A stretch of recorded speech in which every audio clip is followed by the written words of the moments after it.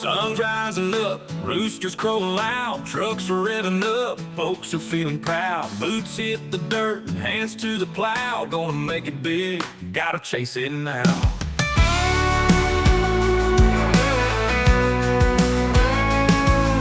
Guitar strumming quick, fiddle showing a race, barn dancer up, smiles on every face. Lightning in our veins can't slow us down, rolling through the fields to stretch out of town. Riding high, feeling free, country vibes, just you and me. Kicking dirt and making waves, we're living wild for all our days.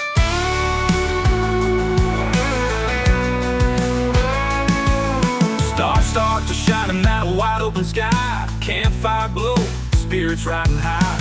Whiskey flowing smooth, tails being spun, living for the night till the morning sun.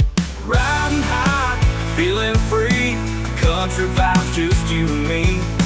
Kicking dirt and making waves, living wild for all our days.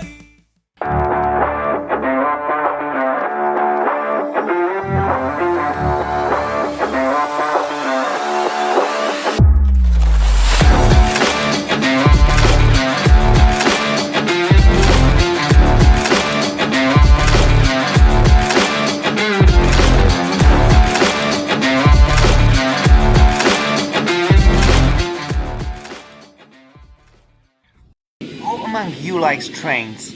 I must admit that as a child I wanted to become a train conductor and drive an express train speeding through the countryside, transporting passengers from one side of the country to the other.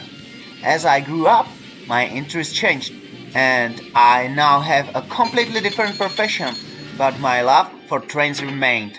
So, with great excitement, I accepted the challenge to build a railway empire in the game Railroad Tycoon II, especially since, as a kid, I adored its predecessor, Transport Tycoon. And so, I ventured into the ruthless capitalist struggle against competitors, time, and my own business skills. And I must confess, this time I lost. As the name suggests, this is a business strategy game where you build only railroads.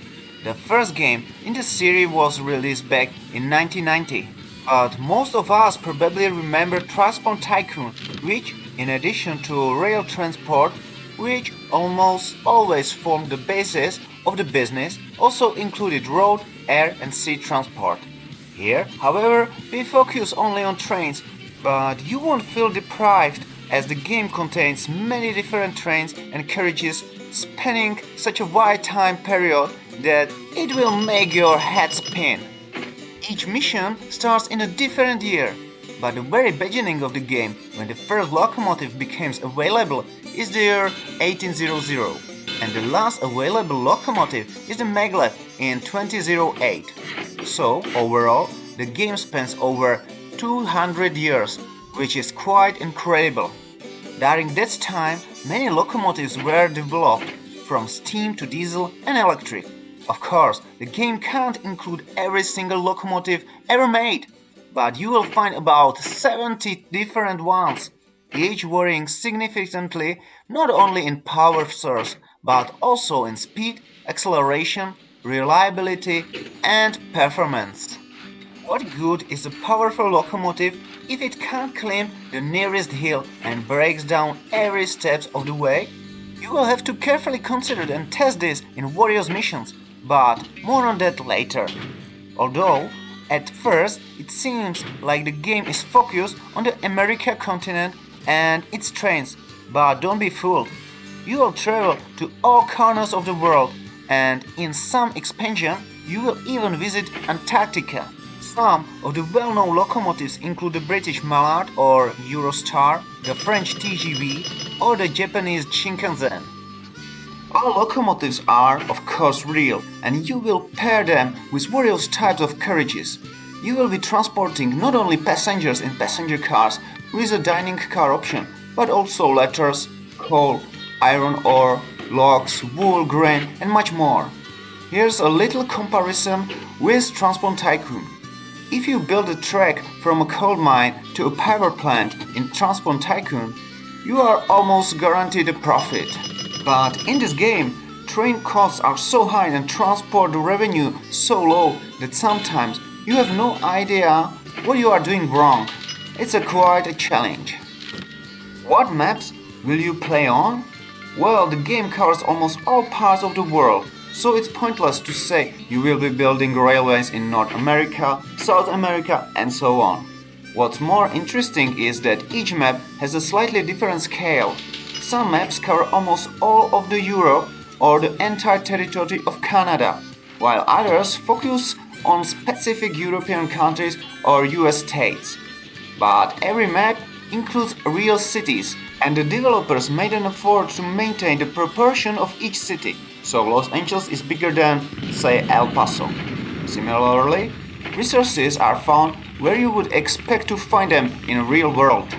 However, don't be mistaken, this game isn't just about building trains, it's a thought tycoon game, quite different from its spiritual predecessor. Transport Tycoon was a walk in the park, mainly thanks to the low artificial intelligence of the competitors and the relatively easy wealth accumulation. Forget about that here. Although the basic principles are similar, build railroads to earn money, expand and potentially buy dangerous competitors. The road to achieving your goal is significantly more challenging.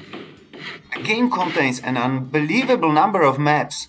There are 2 campaigns, each with 18 missions plus around 30 scenarios you can play. Every map has its own objective, which are rated gold, silver and bronze. To earn a silver medal, you must first meet the requirement for the bronze. To earn gold, you have to do everything. The difficulty is, of course, tiered, but sometimes even earning a bronze medal is an incredible feat.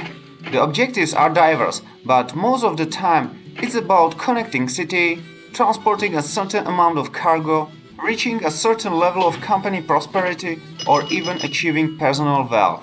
There are also some special missions, like one where you have to pass through a pre-built railway network, making as many stops as possible in a limited time during Roosevelt's campaign.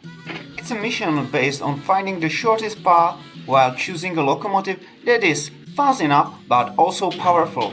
It's a shame there are more missions like this, as the wealth maximization missions are a bit strange. For each mission, you can also select a bonus or target. Sometimes this involves choosing a road to build, but more often it's a specific benefit like starting with more money, lower railway construction costs, or earlier access to a more powerful locomotive. This gives you more room to maneuver when tackling the mission. And what is it all about? As mentioned earlier, this is a complex game. While you are building railways for a company, you are not the owner of the company. You need to buy the company or at least its shares. But how do you get money for this acquisition? By paying dividends in the company in which you already own shares. This means that in the company where you are building, you have to generate wealth, but this wealth comes at the expense of the company's resources which you need to build the railroads. So, you must balance how many of your company's shares you buy, how much you pay out in dividends, which benefits all shareholders, not just you, and whether enough money will be left to expand the company or if the company will go bankrupt, in which case you lose as well. And if your goal is to achieve a certain level of wealth, or worse, to become the wealthiest owner, you have to play extremely tactically. The game includes real historical figures. I am not such a train and historical expert to know all of them, but train enthusiasts will surely appreciate it. You can play as Sambert Bruno, Napoleon III, or Otto von Bismarck. At least I recognize this name. Each mission is also introduced with a short movie that sets the historical context, helping you better align with the mission's objectives. The graphics aren't particularly impressive, but they are not bad. If you play the platinum version of the game, your eyes won't be offended. The individual trains are fairly recognizable and the terrain has a 3-dimensional feel, although it's not truly 3D. What's definitely delightful is the music. The game features many different tracks that perfectly complement the atmosphere and fit the historical settings of each mission. You can play the game in different ways. If you want to win, you must complete every third task, and you will only get to experience a short time span, usually about 30 to 40 years. But if you don't want to rush and just want to enjoy watching your railway park grow, forget about the objectives. Accept that you will lose and simply keep playing, enjoying the sight of your slowly expanding empire. You can spend dozens, if not hundreds of hours in this game. And if that's still not enough, you can play with friends and see who among you is the best railway capitalist. This game is great. It contains lots of maps and locomotives, complex business mechanics, and pleasant musical accompaniment. And what are cons? Well, this game is extremely difficult, at least for me, and it contains repetitive objectives. Railroad Tycoon 2 is a great game, but it's mainly for hardcore fans. It's not as easygoing as Transport Tycoon, but it offers much more. It's the first game I'm presenting here, even though I haven't fully mastered it. But with the sheer volume of content, that's probably impossible. And if I ever have more time, I would gladly return to it. And what's next? I don't really know yet, but if I manage to keep my stomach content in place, maybe we will look at an older, more controversial series, one that was banned or at least censored in many countries. What could it be? Stay tuned and see you next time.